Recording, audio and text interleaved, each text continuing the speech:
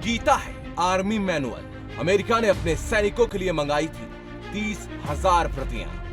गीता सैनिकों को कर्म योग का महत्व समझा सकती है और इसका अर्थ हुआ कि अपने शत्रु से बिना इस बात की परवाह किए लड़ाई करना कि अंत में क्या होने वाला है या क्या परिणाम निकलने वाले हैं। मेजर जनरल सुभाष शरण ने श्रीमद् भगवत गीता को लेकर महत्वपूर्ण बात कही। जनरल शरण ने कहा कि श्री कृष्ण के मुख से निकलने वाली गीता एक सैन्य नियमावली है और सेना के हर जवान को इसका अनुसरण करना चाहिए। जनरल शरण उत्तर प्रदेश और उत्तराखंड में आर्मी में भर्ती के लिए एडिशनल डायरेक्टर जनरल है। मेजर जनरल ने कहा कि गीता हमें हमारे जीवन में आने वाली सभी परिस्थितियों के लिए तैयार रखती है।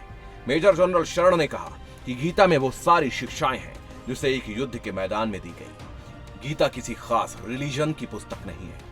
युवाओं को इसे जरूर पढ़ना चाहिए क्योंकि ये हमें जीवन में आने वाले हालातों के लिए पहले से ही तैयार कर दी। उन्होंने कहा कि ये एक ऐसी सैन्य नियमावली है जो युद्ध के मैदान में सामने आई थी। मेजर ने कहा किसी युद्ध के मैदान में हम केवल युद्ध की ही बात करते हैं और इसीलिए गीता को मैं एक सैन्य नियमावली मानता हूँ। मेजर जनरल सुभाष शरण ने इस बात की याद दिलाई कि अमेरिकी सेना ने अपने जवानों को इराक में तैनात करने से पहले भगवत गीता की प्रतियां दी थी और ये पुस्तकें उन्होंने भारत से खास निवेदन करके मंगवाई थी। शरण के अनुसार अमेरिका ने भारत से भगवत गीता की 30,000 प्रतियां मंगवाई थी ताकि अपने सैनिकों को कर्म योग का महत्व समझा सके। इसका अर्थ हुआ कि अपने शत्रु से बिना इस बात की परवाह किए लड़ाई करना कि अंत में क्या होगा या परिणाम क्या होगा।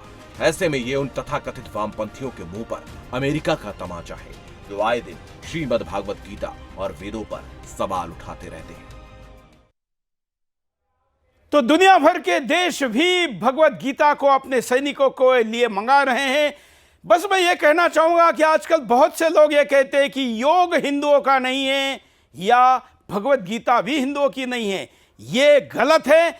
हम अपनी अच्छी चीज लोगों को स्वीकार्यता के लिए कोई और भी तर्क दे सकते हैं, लेकिन जो मूलतः सनातनी हिंदू है उसी ग्रंथ को, उसके सबसे बड़े धर्म ग्रंथ को ही अगर वो हम हिंदू नहीं है ये कहेंगे तो फिर जो ईसाई हमारे देवताओं को, हमारे ग्रंथों का आजकल अपहरण कर रहे हैं और यीशु को भी आरती उतार रहे हैं, चर्च की जगह मंदिर बना रहे, ऐसे लोगों के अपहरण के लिए कुछ वर्षों में हम गीता को दे देंगे, ये भूलना नहीं चाहिए। इसलिए सेना से जुड़ा व्यक्ति हो, राजनीति से जुड़ा हुआ व्यक्ति हो, कितने भी बड़े पद पर बैठा हो, मुझे लगता है कि जो हिंदुओं के पूर्वजों ने, हिंदुओं ने निकाली हुई, तैयार की हुई योग पद्धति हो या भगवान योगेश्वर के मुख से निकली गीता हिंदू ही है, यह ध्यान रखना चाहिए।